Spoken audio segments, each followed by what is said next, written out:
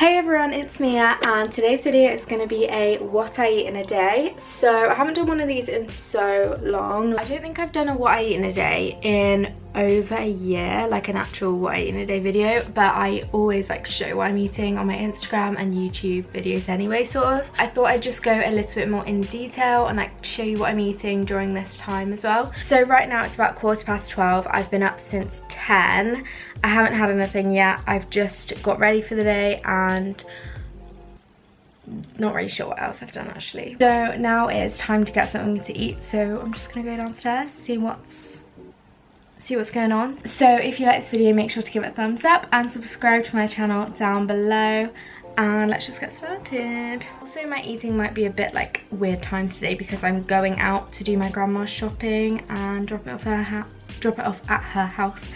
So yeah, all my meals are going to be quite late, but I would eat the same thing no matter what time of day it is. So for breakfast I'm going to make a smoothie, and I am going to have something else, I haven't decided yet, but I always have a smoothie and then like something like actual eating rather than drinking, if that makes any sense.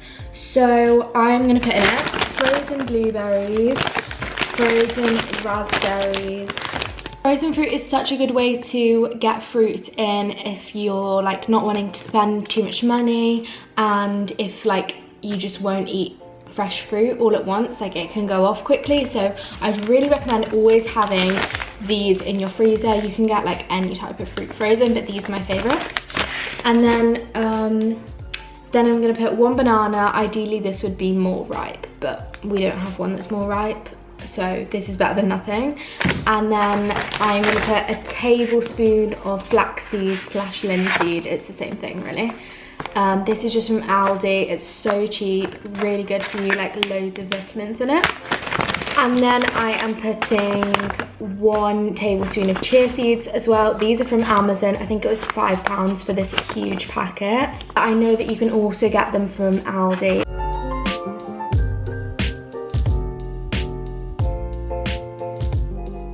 Also, I would actually put spinach in this. Usually I would just like pack some spinach on the top after it being washed, but we don't actually have any at the moment. Like I just used it up yesterday, so I will have to get some more today. But I usually put spinach. But yeah, if you're using spinach, make sure to wash it first, otherwise it might have a funny taste like in the smoothie. I'm also going to add a couple of strawberries just because basically I just do this with like the strawberries that are a little bit mushy and like that you wouldn't maybe want to eat by themselves. I always put them in smoothies. So I will just pick a few out that like look a bit going mushy. And then for the liquid, I'm using this Alpro Oat Unsweetened. I could use any oat milk. I think my mum likes this one the best, so she always buys this. Just give it a shake because sometimes like it separates a little bit. A tablespoon of these flaxseed.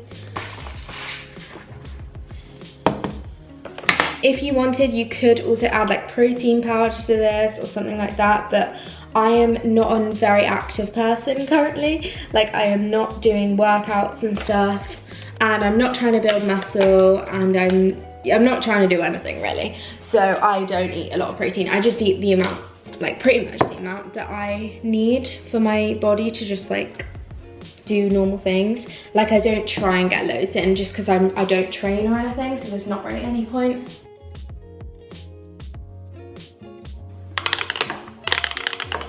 Oh, I've just found in my cupboard, this is what the chia seeds from Aldi look like if you are looking for them. That is what the packet looks like, so yeah. Just to let you know, you can also use water, like you can taste the oat milk, so if you like the taste then add it. So if you like the taste then add it, but if you don't then don't, because you will taste it. I like the taste, but also I add it for like the added vitamins and minerals. And I just want to explain this quickly about like what my intention behind like how I eat is. And the main thing I focus on is getting the most nutrients into my body. I never calorie restrict. It's not good for your mental health as well. It can cause like eating disorder mindsets and everything, which I have experienced before, and I will never promote that. So yeah, the intention behind the way I eat is just to get as many nutrients as possible, and just like a balance of all the different food groups. So with my smoothie, it depends how hungry I am. On a day like today, because I'm gonna be out for a few hours, I think I might make something bigger. Like I think I'm gonna make maybe mushrooms and tomatoes and avocado on toast. And it's worth mentioning that if you're looking for more food ideas, I post on a separate food Instagram account. So I have my normal Instagram, and then I have a food Instagram called Plant Powered Mia. I post probably quite often on my story, not every single day, but like most days on my story of that, like showing recipes, how to make stuff, and I've got it all highlighted as well if you want to have a look.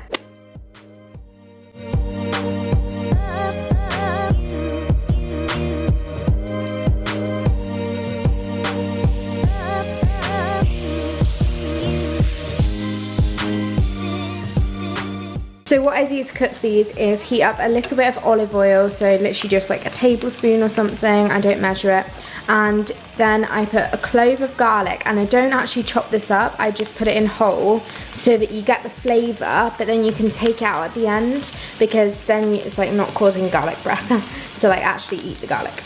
So yeah, and then just mushrooms and tomatoes, and just mix it around until it's all cooked.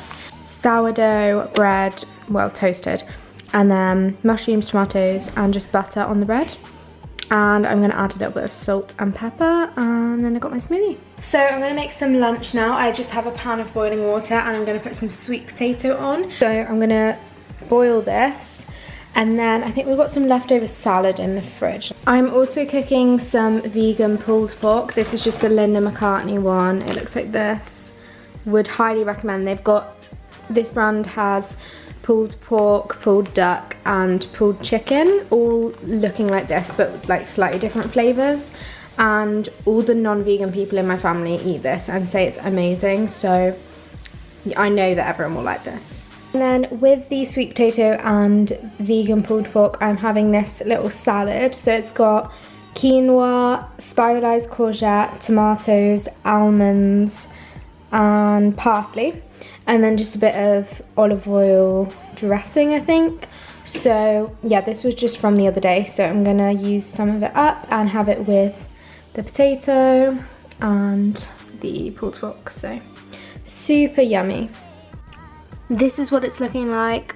Absolutely stunning. Obviously I've just boiled the sweet potato, but I've got a tip if you find it hard to eat vegetables or like things like this, because you don't like it or something, and it would be to like roast it with lots of olive oil, salt and pepper to give it some flavor. And you can also like add in some spices and just roast it in the oven. So yeah, also the same with salads. One thing I love doing is adding nuts into it. I just feel like nuts make salad 1,000 times better.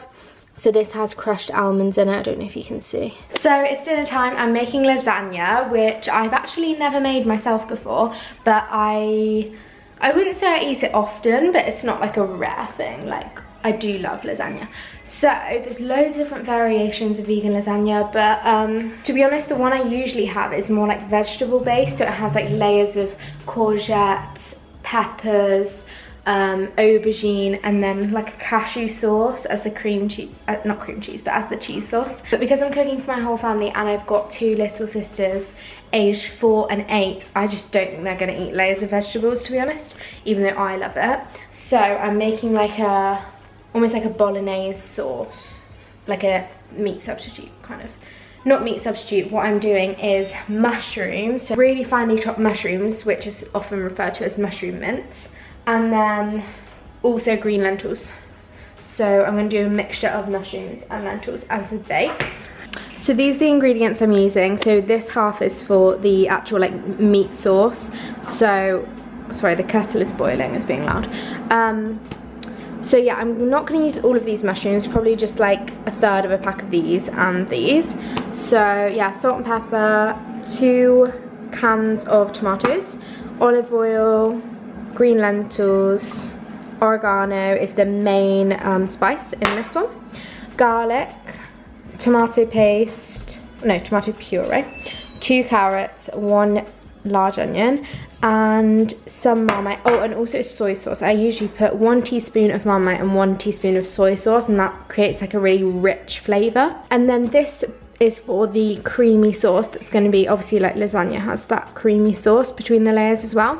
So this creamy sauce is actually cashew based. You can do it without cashews, and basically just do like vegan butter, soy milk, garlic, nutritional yeast. If you don't know what nutritional yeast is, it's basically just this really nutritious edible yeast, and it sort of like gives a cheesy / nutty flavour, which is so good. Oh, and also basil for the, I'm not sure whether to put this in the sauce. The recipe says to put this in the cheese sauce, but I'm not sure.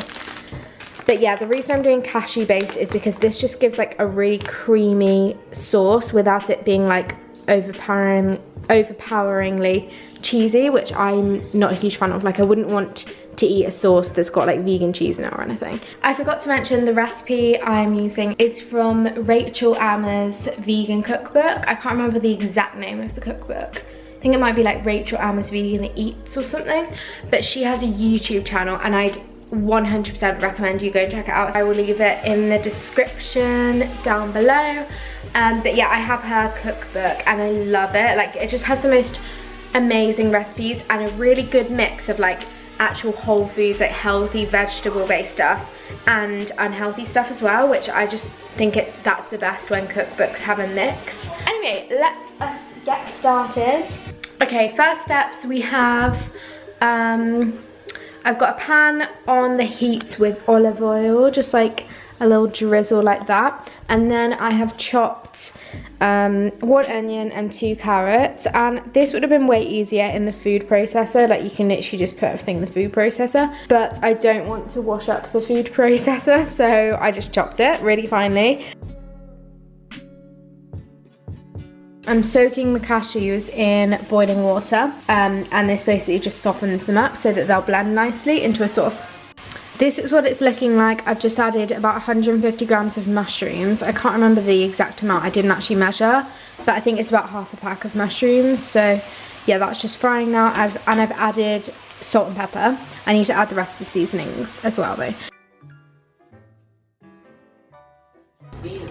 So I've just got this simmering here, and for the cheese / white sauce, I'm just putting olive oil, garlic, and then into this I'm going to add vegan butter, and then we've got the cashews over here which are nice and soft now from soaking in boiling water, so I'm going to blend these with water so it will make like cashew cream kind of, and then add everything into the pan with nutritional yeast. So I blended the cashews in the NutriBullet. It just looks like this. It was really easy to blend because the cashews were all soft from soaking them in the water, and now I'm putting it in a pan with the olive oil and garlic that I just showed, and salt, pepper, and now I'm going to add nutritional yeast. This is the one I'm using, and I'm just going to add, I don't really know how much, but just like probably a few tablespoons, and then it's ready to assemble soon. So I've just started layering it up. I started with some of the like mushroom lentil sauce, and I've pre-cooked the lasagna sheets a little bit just to help it like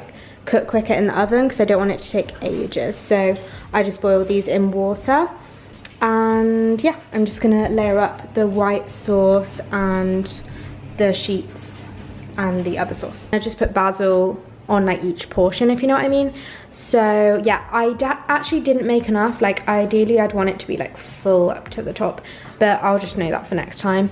So yeah, it looks like this. You can't really see the layers, but yeah, I'm gonna put a little bit of olive oil and salt on the top, and then we are done.